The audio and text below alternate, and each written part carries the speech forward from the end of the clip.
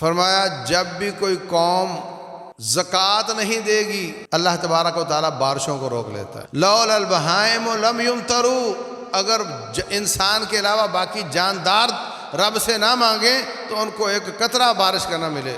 جو بارش ہوتی ہے وہ باقی مخلوقات کے مانگنے پر آتی۔ جو معاشرہ زکوٰۃ ٹھیک طریقے سے نہیں دیتا ان کی اللہ تعالیٰ معیشت کو تنگ کر دیتا ہے، حکمران ان پر ظلم کرنے لگ جاتا ہے۔ یہ حدیث کے لفظ ہیں کہ حکمران ان پر ظلم کرنے لگ جاتا ہے۔ بنیاد یہ ہے حکمران کا ظلم ہوگا، مگر وجہ یہ ہے رسول اللہ صلی اللہ علیہ وسلم فرماتے ہیں قیامت کا دن ہوگا جس نے گائے کی زکوٰۃ نہیں دی وہ گائے سینگوں کے ساتھ اس کو روندے گی، نوچے گی۔ جس نے اونٹ کی زکوٰۃ نہیں دی وہ اپنے پاؤں کے ساتھ اس کو روندے گا۔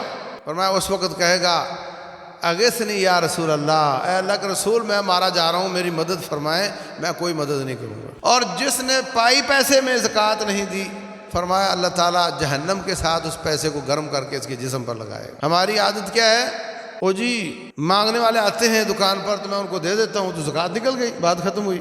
حساب نہیں کرتا، حساب نہیں کرتا۔ جب تیری زکوٰۃ کا وقت آئے اپنا حساب کر، جو تو سارا سال دیتا رہا چلو اس کو بھی شمار کر لے، اب دیکھے اگر تو دے چکا ہے تو ٹھیک ہے، اگر کم ہے تو پوری کر دے۔